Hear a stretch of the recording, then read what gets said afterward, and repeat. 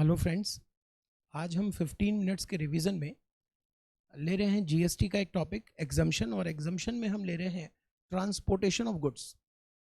Last video में हमने transportation of passenger किया था, तो वो हिस्सा थोड़ा पेंडिंग रह गया था।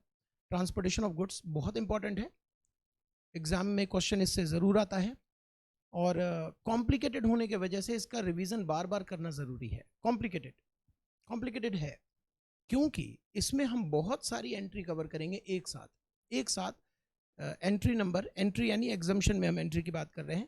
आपके पास मेरी बुक हो या कोई भी बुक हो, उसमें भी आप शेयर कर सकते हैं। Entry number 18, 19, 19A, 19B, 20, 21, 22, 21A, बहुत सारे एंट्री को हम यहाँ डिस्कस करने जा रहे हैं और इसमें थोड़ा बहुत अमेंडमेंट भी है। तो जल्दी से शुरू करते हैं क्योंकि 15 मिनट में ही मुझे कंप्लीट करवाना है, जिसमें 1 मिनट हमारा हो नहीं गया। शुरू करते हैं। देखिए, दो तरीके से कराया जा सकता है। एक जो मैं अभी आपको दिखा रहा हूँ, ये तो मेरे बुक के नोट्स हैं, ये भी शेयर कर दूंगा आपके साथ ट्विटर पे, जैसे लास्ट क्लास का मैंने शेयर किया था। और उसमें आप देख सकते हो 18 नंबर, 19 नंबर, 19A, और आपके पास जो बुक है उसमें भी आप देख सकते हो। ठीक है, कॉम्प्लिकेटेड होने की वजह से मैंने इन सबको, सभी एंट्रीज को मैं आपको दिखाता हूँ। एंट्री देखिए हमारे पास, ये देखिए बहुत सारी एंट्री है। 18, 19, 19A, 19B, 20, 21, 21A, 21B और 22, इन सबको समराइज करके मैंने डिवाइड कर दिया है वाटर के जरिए, एयर के जरिए, रोड के जरिए, रेल के जरिए। 4 हिस्सों में डिवाइड कर दिया है और उसके हिसाब से हम डिस्कस करेंगे। सबसे पहले हम ले रहे हैं वाटर। अच्छा, हम फिर से एक बार बता दें क्या हम लोग डिस्कस कर रहे हैं बेटा। हम लोग डिस्कस कर रहे हैं कि गुड्स का जब ट्रांसपोर्टेशन किया जाएगा, उसमें जो हमें फ्रेट पे करना है, गुड्स के ट्रांसपोर्टेशन में जो हम फ्रेट पे करेंगे, उस फ्रेट पर जीएसटी हमें देना है या नहीं देना है। एक और बात बता दूं, इसमें हम रिवर्स चार्ज, फॉरवर्ड चार्ज को भी कवर करेंगे। क्यों? क्योंकि जब मामला जीटीए का आएगा तो हैंड टू हैंड, जहां पर जीटीए से अगर हम गुड्स ट्रांसपोर्ट करते हैं और टैक्सेबिलिटी आती है, तो हाथ के हाथ हम डिस्कस कर लेंगे कि टैक्सेबिलिटी रिवर्स चार्ज की होगी या फॉरवर्ड चार्ज की होगी, वो भी डिस्कस करेंगे। सबसे पहले हम ले रहे हैं वाटर। वाटर में बेटा इनलैंड वाटरवे और वैसल यानी कि समुद्र के रास्ते, इनलैंड वाटरवे यानी भारत के अंदर के नदियों के रास्ते, वो एग्जम्प्टेड है। तो आप गुड्स ट्रांसपोर्ट कर रहे हो, बार बार दिमाग में लेकर चलना, रिवाइज करते समय दिमाग में बार बार क्या लेकर चलोगे कि गुड्स ट्रांसपोर्टेशन हो रहा है, गुड्स ट्रांसपोर्टेशन हो रहा है। ठीक है, इनलैंड वाटरवे एग्जम्प्टेड रहेगा और वैसल में स्पेसिफाइड गुड्स एग्जम्प्ट होगा, अदर गुड्स टैक्सेबल होगा। अब स्पेसिफाइड गुड्स क्या है वो आपको अपने नोट्स से देखना पड़ेगा। मैं यहाँ एक बार एक झलक दिखा देता हूँ। ये देखिए एंट्री नंबर 20, स्पेसिफाइड गुड्स। मैं इसको जूम करता हूँ, देखिए एंट्री नंबर 20, स्पेसिफाइड गुड्स। ये तो बेटा ऐसे समझ लो कि स्लोगन है, ये सब चीज़ें आप कैसे भी याद कर सकते हो। ये सारे मटेरियल्स जो आपको यहाँ पर दिख रहे हैं ये एग्जम्प्ट होंगे। ये सारे मटेरियल्स जो आपको दिख रहे हैं यहाँ पर, ये सारा का सारा एग्जम्प्ट होगा एंट्री नंबर 20 में। ठीक, रिलीफ मटेरियल है, डिफेंस और मिलिट्री इक्विपमेंट्स है, न्यूज़पेपर है, रेलवे इक्विपमेंट्स और रेलवे के मटेरियल्स हैं, एग्रीकल्चर प्रोड्यूस है, मिल्क, सॉल्ट, ये सब चीज़ें एग्जम्प्ट होंगी। यहाँ रेल से भी एग्जम्प्टेड है और व्हीकल से भी। हम अब हमारा डिस्कशन अभी सिर्फ व्हीकल पर है, रेल वाला हम अलग से डिस्कस करेंगे। ठीक है बेटा, चलिए वापस इस पर आता हूँ मैं। ये स्पेसिफाइड गुड्स कहलाएंगे। तो बाई वाटर, फिर से लेते हैं, by water, inland waterway exempt रहेगा और वेसल में स्पेसिफाइड गुड्स एग्जम्प्ट होगा, बाकी गुड्स टैक्सेबल होंगे। ठीक, चलो अब हम ले रहे हैं बाई रेल। बाई रेल में भी बाई रेल बहुत आसान है। स्पेसिफाइड गुड्स जो हमने वेसल का देखा था, सेम रेल का है, दोनों का सेम ही होगा।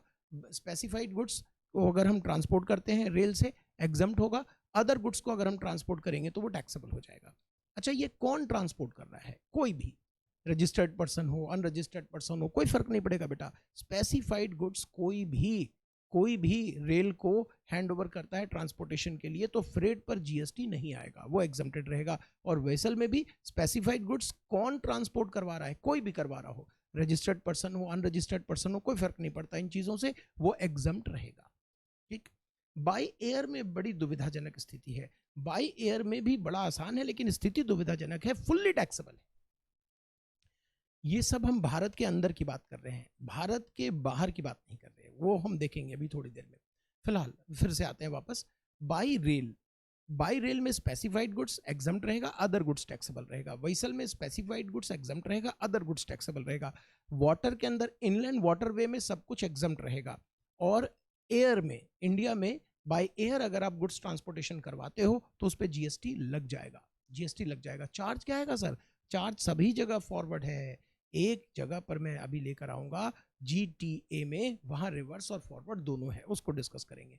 तो बाई एयर टैक्सेबल होगा। सर आप दुविधाजनक कह रहे थे, दुविधाजनक इसमें क्या है सर? दुविधाजनक यह है बेटा कि बाई एयर में अगर हम एग्रीकल्चर प्रोड्यूस, क्योंकि एग्जाम में ये क्वेश्चन जरूर डालते हैं, agriculture produce by air transport हो रहा है। अब आपके मन में आता है एग्रीकल्चर प्रोड्यूस, बाय रेल में भी स्पेसिफाइड गुड्स है, बाय व्हीसल में भी स्पेसिफाइड गुड्स है, और जीटीए में आगे आप देखोगे वहां भी स्पेसिफाइड गुड्स है। तो एग्जम्पशन की भावना मन में जागृत होगी। आपको क्या करना है, बाय एयर में हर तरह के गुड्स जो इंडिया के अंदर ट्रांसपोर्ट हो रहे हैं उस पर जीएसटी आएगा।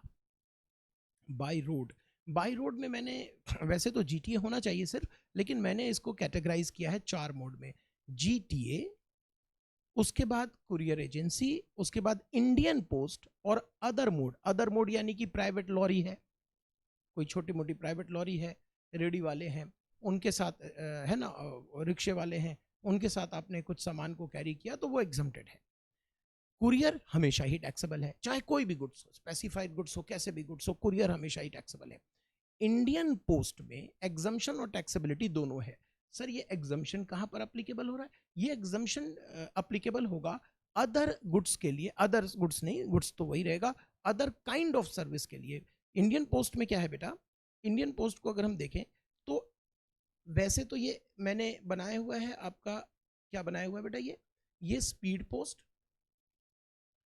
ये दो चीज आपको तब डिस्कशन में तब काम आएगा जब आप इंडियन पोस्ट की टैक्सेबिलिटी पढ़ोगे, यानी गवर्नमेंट द्वारा दी गई सर्विस जीएसटी में एग्जम्प्ट है या टैक्सेबल, जब वहां पढ़ोगे तो इंडियन पोस्ट के साथ यहां पर सेल यूज करेंगे हम। क्या क्या यूज करेंगे? Speed post, speed post, agency service, life insurance service और एक्सप्रेस पार्सल। तो हमारे काम का फिलहाल इसमें से 2 है, ये 2, ये गुड्स के लिए है, गुड्स ट्रांसपोर्टेशन में ये काम आते हैं। अगर इंडियन पोस्ट में आपने स्पीड पोस्ट किया, गुड्स कोई भी हो, अगर आपने स्पीड पोस्ट किया या एक्सप्रेस पार्सल किया तो वो टैक्सेबल है। और अगर इंडियन पोस्ट में स्पीड पोस्ट और एक्सप्रेस पार्सल नहीं किया, नॉर्मल डाक किया, नॉर्मल बेसिक डाक किया, तो वो एग्जम्प्ट रहेगा। इंडियन पोस्ट क्लियर हो गया। कुरियर एजेंसी तो फुल्ली टैक्सेबल हो गया, अदर मोड एग्जम्प्ट हो गया। आया क्या, बचा क्या बेटा? जीटीए। जीटीए में एग्जम्प्ट टैक्सेबल दोनों है। जीटीए बहुत डिफिकल्ट है, हम पूरा 5 मिनट डिवोट करेंगे जीटीए पे। जल्दी से आइए, जीटीए बहुत डिफिकल्ट है। जीटीए, जीटीए में ध्यान से, ध्यान से, यहाँ पर मैंने बहुत सारी एंट्री एक साथ समराइज कर दिया है, बहुत सारी एंट्री, तो थोड़ा शांत होकर सुनिएगा। जीटीए देखिए, अगर जीटीए ने, गुड्स ट्रांसपोर्ट एजेंसी ने रजिस्टर्ड पर्सन को सर्विस दी, सर्विस कौन सी हो रही है बेटा? ट्रांसपोर्टेशन ऑफ गुड्स की, ये बात तो फिक्स हो गई। रजिस्टर्ड पर्सन को सर्विस दी और अनरजिस्टर्ड पर्सन को सर्विस दी, रजिस्टर्ड को दी और अनरजिस्टर्ड को दी। अगर अनरजिस्टर्ड पर्सन में पर्सन ये वाले आते हैं तो ये रजिस्टर्ड हो या अनरजिस्टर्ड हो, इसके लिए तो हम टैक्सेबिलिटी डिस्कस करेंगे। लेकिन अगर ये पर्सन नहीं है, दूसरे पर्सन है, कौन से दूसरे person sir? Non business entity, NBE, non business entity, हम और आप जैसे लोग, नहीं मतलब मैं नहीं, सॉरी, आप, नॉन बिजनेस एंटिटी या स्मॉल बिजनेस एंटिटी। बेटा स्मॉल बिजनेस एंटिटी हम उसे कहते हैं जिनका लास्ट ईयर टर्नओवर इतना नहीं हो पाया कि वो रजिस्ट्रेशन जीएसटी में रिक्वायर्ड हो, उसे हम कहते हैं स्मॉल बिजनेस एंटिटी। तो अगर unregistered person small business entity के अंदर आ रहा है, unregistered person small business entity है या नॉन बिजनेस एंटिटी है, तो एग्जम्प्ट रहेगा। और अगर ये लोग स्पेसिफाइड पर्सन है, कौन कौन से? एफ, एस, ई, ये सब, सबसे ये सब क्या आ गया सर? हाँ, तो फैक्ट्री है, सोसाइटी है, एक एक करके आप सीक्वेंस देखते जाइए। फैक्ट्री है, सोसाइटी है, कोऑपरेटिव सोसाइटी है, बॉडी कॉर्पोरेट है, पार्टनरशिप फॉर्म है, एफ से फॉर्म, पार्टनरशिप फॉर्म है, और कैजुअल टैक्सेबल पर्सन है। जब मैं नोट्स दूंगा तो आप कनेक्ट कर लेना बेटा इसको, जब मैं यहाँ पर नोट्स आपको आपके साथ शेयर करूंगा तो आप इसको कनेक्ट कर लीजिएगा। कि एंट्री हम ये वाला डिस्कस करने जा रहे हैं। ये देखिए, ये 21A की एंट्री को हम थोड़ा सा इसमें मर्ज कर रहे हैं। फैक्ट्री, सोसाइटी, है ना, cooperative society, body, corporate, partnership form और कैजुअल टैक्सेबल पर्सन। तो वापस आता हूं मैं जीटीए की सर्विस में। जीटीए की सर्विस अगर अनरजिस्टर्ड पर्सन को दिया गया जो नोटिफाइड पर्सन है, क्योंकि नोटिफाइड पर्सन वेदर रजिस्टर्ड और नॉट, उसके लिए अलग नियम बना हुआ है, इसलिए अगर वो अनरजिस्टर्ड है तो भी, और रजिस्टर्ड में तो आ ही गए, कोई दिक्कत की बात नहीं है। रजिस्टर्ड तो जो भी रजिस्टर्ड पर्सन होगा उसमें एक ही छूट है, अगर गवर्नमेंट रजिस्ट्रेशन लेता है टीडीएस काटने के चक्कर में, टीडीएस पर सेक्शन 51 में टीडीएस काटने के चक्कर में गवर्नमेंट को रजिस्ट्रेशन लेना पड़ रहा है, और गवर्नमेंट ने सर्विस ली है जीटीए वालों से, तो भी एग्जम्पशन रहेगा, क्योंकि यहां पर गवर्नमेंट कोई सर्विस दे नहीं दे रही, सिर्फ रजिस्ट्रेशन बेचारी मजबूरी में रजिस्टर्ड हो रही है गवर्नमेंट। क्यों? क्योंकि उनको टीडीएस काटना है। तो अगर गवर्नमेंट या गवर्नमेंट डिपार्टमेंट टीडीएस के डिडक्ट करने के उद्देश्य से मात्र रजिस्ट्रेशन लेता है और जीटीए की सर्विस ले रहा हो तो वो एग्जम्प्ट रहेगा, लेकिन अदरवाइज रजिस्टर्ड पर्सन अगर जीटीए की सर्विस लेगा तो कौन कौन सी टैक्सेबिलिटी में आ गई? रजिस्टर्ड पर्सन अगर जीटीए की सर्विस ले रहा है, या नोटिफाइड पर्सन अगर जीटीए की सर्विस ले रहा है, वेदर रजिस्टर्ड और नॉट, इनके लिए दो हिस्सों में डिवाइड कर दिया मैंने। स्पेसिफाइड गुड्स अगर ये लोग ले रहे हैं तो भी एग्जम्प्ट रहेगा। बेटा स्पेसिफाइड गुड्स का मतलब क्या हो गया?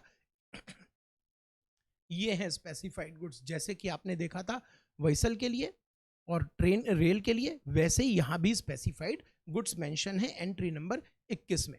तो अगर वापस आता हूं मैं जीटीए की सर्विस, दोबारा से रिवाइज करा रहा हूं, जीटीए की सर्विस रजिस्टर्ड पर्सन को दिया जाए other than government only registered for TDS purpose. Other than government नहीं बोल रहा मैं, other than government only registered for TDS purpose. अगर गवर्नमेंट ने दूसरे पर्पस से भी रजिस्ट्रेशन ले रखा है, फॉर एग्जांपल गवर्नमेंट सर्विस दे रही है और उनका रजिस्ट्रेशन अनिवार्य है, जैसे कि इंडियन पोस्ट, वो डिपार्टमेंट को रजिस्ट्रेशन लेना पड़ेगा क्योंकि जीएसटी की लायबिलिटी बनती है। जैसे इंडियन रेलवे जीएसटी की लायबिलिटी बनती है, ये भी गवर्नमेंट विभाग है, लेकिन इनका रजिस्ट्रेशन अगर हो चुका है तो ये रजिस्टर्ड पर्सन में आएंगे, ना कि एग्जम्पशन वाले में। एग्जम्पशन वाले में तब आएंगे जब गवर्नमेंट ने रजिस्ट्रेशन लिया only for the purpose of deducting TDS, वहां पर एग्जम्पशन है। लेकिन नॉर्मल जो रजिस्टर्ड पर्सन है और नोटिफाइड पर्सन है, इन दोनों ने अगर जीटीए वालों से स्पेसिफाइड गुड्स कैरी करवाया तो जीएसटी माफ है, लेकिन अदर गुड्स कैरी करवाया तो जीएसटी टैक्सेबल है। अब अगर टैक्सेबल है तो हम डिस्कशन कर लेते हैं फॉरवर्ड चार्ज है कि रिवर्स चार्ज। बेटा फॉरवर्ड चार्ज किसे कहते हैं? रिवीजन करा रहा हूं बेटा, पढ़ा थोड़ी रहा हूं जो फॉरवर्ड चार्ज फिर से पढ़ा दूं। फॉरवर्ड चार्ज किसे कहते हैं? मतलब अगर फॉरवर्ड चार्ज लगा तो जीटीए वाला फ्रेट के ऊपर जीएसटी चार्ज करेगा और आपको देना पड़ेगा, और जीटीए वाला सरकार को जमा कराएगा। रिवर्स चार्ज में क्या होगा सर? रिवर्स चार्ज में जीटीए वाला सिर्फ फ्रेट कलेक्ट करेगा आपसे, आप खुद ही उसके ऊपर जो जीएसटी बनेगा वो सरकार को जमा करा दोगे, वो रिवर्स चार्ज है। फिर आप उसका आईटीसी ले सकते हो जमा कराने के बाद। चलो, तो आईटीसी तो बोथ केस में एप्लीकेबल आपके लिए अवेलेबल होगा। तो कब फॉरवर्ड चार्ज है, कब रिवर्स चार्ज है? अगर जीटीए वाला कहता है कि हम बड़े हैं और हमें अपना आईटीसी लेना है और हम 12% पे टैक्सेबल होना चाहते हैं जीएसटी में, तो फॉरवर्ड चार्ज है। और अगर जीटीए वाला कहता है ना भैया हमें इस चक्कर में नहीं पड़ना, हमें कोई आईटीसी से मतलब नहीं, हमारी कोई लायबिलिटी मत क्रिएट करवाओ, तो 5% जीएसटी एप्लीकेबल हो जाएगा रिवर्स चार्ज के अकॉर्डिंग। ठीक है सर, खत्म हो गया? नहीं नहीं नहीं नहीं, अभी तो 2 मिनट बचा हुआ है, जरा देखिएगा एंट्री नंबर 19A और 19B। फटाफट रिवीजन करा रहा हूं बेटा, मैं पढ़ा नहीं रहा, मैं फिर बता देता हूं। तो उम्मीद थोड़ा सा कम रखना कि मैं समझाने की कोशिश करूंगा, थोड़ा सा रिवीजन है, फिर भी बीच में तो समझाना पड़ता है, क्योंकि कुछ ऐसे बच्चे हो सकते हैं जिन्होंने इसे ठीक से ना समझा हो पढ़ते वक्त। ठीक है, तो 19A और 19B, 19A एयरक्राफ्ट के लिए, 19B व्हीकल के लिए है। दोनों में ही एक ही बात कही गई है, हम एक बार डिस्कस कर रहे हैं। तो मैं व्हीकल को लेकर आपको समझाना चाहता हूं, शिप को लेकर समझाना चाहता हूं, एयरक्राफ्ट में आप ऑटोमेटिक उसको उसी प्रकार से समझ लीजिएगा। देखिए इशू ये है कि ये आपको यहाँ पर अमेरिका दिख रहा है, यूएसए दिख रहा है, वहां एक व्यक्ति है, ठीक है, और भारत में कौन दिख रहा है? एक्सपोर्टर दिख रहा है, भारत का एक्सपोर्टर दिख रहा है। भारत का एक्सपोर्टर अमेरिका के एक व्यक्ति को गुड्स भेज रहा है। यहां से आप देखिए, भारत का एक्सपोर्टर अमेरिका के एक व्यक्ति को, यहां से ये देखिए ये एक्सपोर्टर है और यहां से ये गुड्स भेजा जा रहा है। ठीक है, गुड्स बाई शिप भेजा जा रहा है, आप बाई एयरक्राफ्ट भी सेम अप्लीकेबल कीजिएगा। अब यहां पर इशू क्या है कि ये जो शिप और एयरक्राफ्ट है वो ए लिमिटेड शिपिंग कंपनी का है जो इंडिया में है, और ये जो शिपिंग कंपनी इंडिया में है ये एक्सपोर्टर को गुड्स ट्रांसपोर्टेशन की सर्विस दे रहा है। ए शिपिंग कंपनी एक्सपोर्टर को गुड्स ट्रांसपोर्टेशन की सर्विस दे रहा है। यहां पर जो ये लोग ये जो सर्विस दे रहे हैं, ये जो सर्विस दे रहे हैं, क्या इस पर जीएसटी आएगा? The answer is exempt. क्यों एग्जम्प्ट होता है? देखो लॉजिक के पीछे मत पड़ो, है ना, फिर भी थोड़ा सा समझा देता हूं, जल्दी जल्दी से सुन लेना और रिवाइज करना फिर उसको। अगर यहां पर जीएसटी आ जाएगा, मान लीजिए कि जीएसटी एग्जम्प्ट नहीं है, टैक्सेबल है, मान लेते हैं, तो ये जीएसटी अगर टैक्सेबल होगा तो एक्सपोर्टर के लिए जरा दिमाग लगाओ, तो ये इनवर्ट सप्लाई है, और इनवर्ट सप्लाई पर अगर एक्सपोर्टर ने जीएसटी दिया तो एक्सपोर्टर को इसका रिफंड मिल जाता है। रिफंड तब मिलता है जब वो गुड्स एक्सपोर्ट कर देता है। एक्सपोर्टर को रिफंड मिलने में अभी भारत सरकार की तरफ से थोड़ी सी विलंब, थोड़ी सी देरी हो रही है। इसलिए सरकार ने कहा कि वैसे तो ये रिफंड होना ही है एक्सपोर्टर को, अगर हम जीएसटी एग्जम्प्ट ही कर देते हैं तो एक्सपोर्टर को देने की जरूरत ही नहीं है, और रिफंड वो क्लेम भी इस पर नहीं करेंगे। इसीलिए तत्काल एग्जम्प्ट किया है। ये तत्काल कब तक चलेगा? वैसे तो अभी कोरोना के चक्कर में ये एक्सटेंड भी हो जाएगा, लेकिन तत्काल गवर्नमेंट ने रखा हुआ है 30 सितंबर 2020, उसके बाद एक्सटेंड हो जाता है। देखते हैं क्या होता है। ठीक है बेटा, चलिए, तो सब कुछ हो गया, थोड़ा सा बच गया है 16 मिनट। अरे 15 मिनट के रिवीजन में 16 मिनट, 1-2 मिनट तो दुआ सलाम में नहीं निकल जाते। चलो, तो ये लास्ट ही है। 19 नंबर एंट्री, नहीं 22 भी है, थोड़ा सा अभी तो थोड़ा टाइम लग जाएगा। तो 19 नंबर एंट्री, टॉपिक तो शुरू किया तो उसको खत्म करना ही पड़ेगा। 15 मिनट रिवीजन तो है, लेकिन चलो चलो ठीक है, बीच में मैं इधर उधर की बकवास भी तो बहुत करता हूँ। 19 नंबर एंट्री क्या कहता है? 19 नंबर एंट्री कहता है कि एयरक्राफ्ट के लिए है। वैसे 19 मैंने जानबूझकर यहाँ व्हीसल भी यूज किया है ताकि बता सकूं कि 19 नंबर एंट्री अगर एयरक्राफ्ट पे एप्लीकेबिलिटी लाते हैं तो एग्जम्प्ट रहता है, और व्हीसल के लिए टैक्सेबल होता है। यहाँ पर इंपोर्टर की बात कर रहे हैं। अगर इंपोर्टर एयरक्राफ्ट की सर्विस ले रहा है, गुड्स को बाहर से इंडिया मंगवा रहा है और एयरक्राफ्ट वाले को फ्रेट पे कर रहा है, तो उस पर जीएसटी माफ है। लेकिन व्हीसल से अगर गुड्स लाएगा तो उस व्हीसल की कंपनी को जो फ्रेट दिया जाएगा उस पर जीएसटी लगेगा। पीछे तो एग्जम्पशन थी, वो एक्सपोर्टर को थी, और ये इंपोर्टर की बात है। जरा सोचते रहना, पॉज करके दिमाग लगा के, तो मजा आएगा। और आखिरी हम करने जा रहे हैं 22 नंबर एंट्री। 22 नंबर एंट्री, अरे भाई साहब, ये तो फोटो बने हुए हैं। आपको फोटो थोड़ा ना बनाना है, आपको तो मैं शेयर करूंगा, उसको कॉपी कर लेना। अगर बस जो 12 पैसेंजर से ज्यादा कैरी करता हो, उसके ओनर ने स्टेट ट्रांसपोर्ट अंडरटेकिंग को बस किराए पर दिया। बेटा, ये ट्रांसपोर्टेशन की सर्विस नहीं है और ये पैसेंजर ट्रांसपोर्टेशन की सर्विस नहीं है। बेसिकली मुझे ये अलग से एंट्री का रिवीजन कराना चाहिए, लेकिन चूंकि मैंने लास्ट वीडियो में ट्रांसपोर्टेशन और पैसेंजर करवा दिया, अभी ट्रांसपोर्टेशन ऑफ गुड्स करवा दिया, तो ये 22 नंबर एंट्री जो कि लास्ट के साथ ही करवाना था, मैंने अभी उठा लिया है। इसको निपटा लेते हैं 2 मिनट में। अगर बस के आप ओनर हो, अगर आप बस के ओनर हो, ये ना गुड्स ट्रांसपोर्टेशन है बेटा और ना पैसेंजर ट्रांसपोर्टेशन है, यहां पर रेंटिंग की सर्विस है। रेंटिंग की सर्विस अलग होती है। जैसे ये मान ले कि बस है तो इसको मैं किराए पर दे रहा हूं, चाहे आप इसे चलाओ ना चलाओ, पर मंथ मुझे पैसा चाहिए। ट्रांसपोर्टेशन क्या होता है कि आपको मैं बैठा कर कहीं पहुंचा दूंगा, आपके गुड्स को लेकर कहीं पहुंचा दूंगा, वो ट्रांसपोर्टेशन है। तो 22 नंबर एंट्री में रेंटिंग की सर्विस की एग्जम्पशन है। अगर आप बस के मालिक हो, अगर आपने किराए पर बस लेकर आगे फर्दर किराए पर दिया है तो एग्जम्पशन नहीं है। अगर आप किराए के बस के मालिक हो और आपने रेंटिंग की सर्विस दी है, मोटर व्हीकल रेंटिंग की सर्विस दी है, carry more than 12 passenger, 12 passenger से ज्यादा उसमें कैरी हो रहा हो, ऐसे मतलब बस की कैपेसिटी होनी चाहिए स्टेट ट्रांसपोर्ट अंडरटेकिंग को, तो एग्जम्पशन है। दूसरा, ये जो नया एंट्री आया है, अभी अभी ताजा है, अमेंडमेंट्स आप समझ लो, वहां पर क्या है, इलेक्ट्रिक ऑपरेटेड व्हीकल। यहां भी 12 पैसेंजर से ज्यादा की कैपेसिटी वाले होने चाहिए। ओनर ने रेंटिंग की सर्विस दी है। इस बार किसको सर्विस दी है? लोकल अथॉरिटी को। यानी ये किराए पर किसको दिया जा रहा है? लोकल अथॉरिटी को, जो कि राज्य में ये चीजें चलाएंगे। लोकल अथॉरिटी इनसे किराए पर लेकर चलाएंगे इलेक्ट्रिक व्हीकल, जो पीछे पॉल्यूशन बहुत हुआ था उस वजह से ये लेकर आए थे। तीसरे नंबर पर है ट्रक। ट्रक के मालिक ने जीटीए को किराए पर दिया। मैं ट्रक का मालिक नहीं हूं, मैंने ट्रक किराए पर लिया, मैं फर्दर जीटीए को किराए पर दूंगा, दैट विल बी टैक्सेबल। लेकिन अगर मैं ट्रक का मालिक हूं और मैं जीटीए को ट्रक किराए पर दे रहा हूं, भाई जीटीए वाले के पास 15 ट्रक हैं, 5 उनके खुद के हैं और 10 तो किराए पर ले रखा है। मेरा काम क्या है? मैं तो बैंक हूं, मैं बैंक भी नहीं हूं, मैं फाइनेंसिंग कंपनी हूं, नहीं, मैं तो वैसे कोई बिजनेस कर रहा हूं, मेरे पास स्पेयर पैसे पड़े हुए हैं, मैंने ट्रक खरीद लिया और ट्रक को किराए पर दे दिया। तो ऐसे में जो मैं रेंटिंग की सर्विस दे रहा हूं, रेंटिंग की, ट्रांसपोर्टेशन की नहीं, रेंटिंग की, वो एग्जम्प्ट रहेगा। और आखिर में ये हम कभी अगर रिवीजन करने का मौका मिला तो एजुकेशन वाले रिवीजन में इसको यूज दोबारा करूंगा। यहां पर आप मोटर व्हीकल की बात कर रहे हैं, यानी कि बस भी हो सकता है और कार भी हो सकता है। इसके मालिक ने ट्रांसपोर्टर को रेंट पर दिया।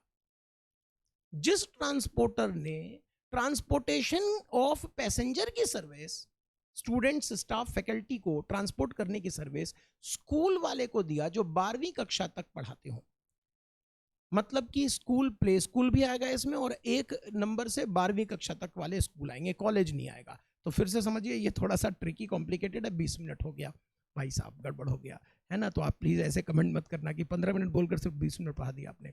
ठीक है, 5 मिनट थोड़ा सा मैनेज कर लेना। ओके, तो जरा इसको समझो, ये बहुत थोड़ा सा कॉम्प्लिकेटेड है। मैं बस का मालिक हूं, मैं कार का मालिक हूं। बस और कार मैं किसको दे रहा हूं? एक राम नाम के आदमी को दे रहा हूं। मैंने कहा राम तुम कौन? उसने कहा मैं ट्रांसपोर्टर हूं। मैंने स्कूल वाले से कॉन्ट्रैक्ट कर रखा है कि उनके स्टाफ, स्टूडेंट, फैकल्टी को ट्रांसपोर्टेशन की सर्विस दूं।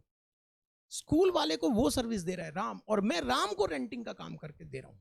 अगर सर आप डायरेक्ट स्कूल को रेंटिंग ऑफ बस दे दें तो वो टैक्सेबल है। यही तो मैं समझाना चाह रहा हूं, वो टैक्सेबल है। अगर ये बस और कार डायरेक्ट स्कूल को दे दिया जाए रेंटिंग के लिए तो टैक्सेबल है। अगर मैं बस और कार का ओनर नहीं हूं, मैं खुद किराए पर लेकर फर्दर अगर किराए पर ट्रांसपोर्टेशन में भी ट्रांसपोर्टर को भी दे देता हूं, फिर भी वो टैक्सेबल है। एग्जम्पशन तभी होगा मेरे भाई जब ये पूरी चीज एज सच अप्लीकेबल होगी।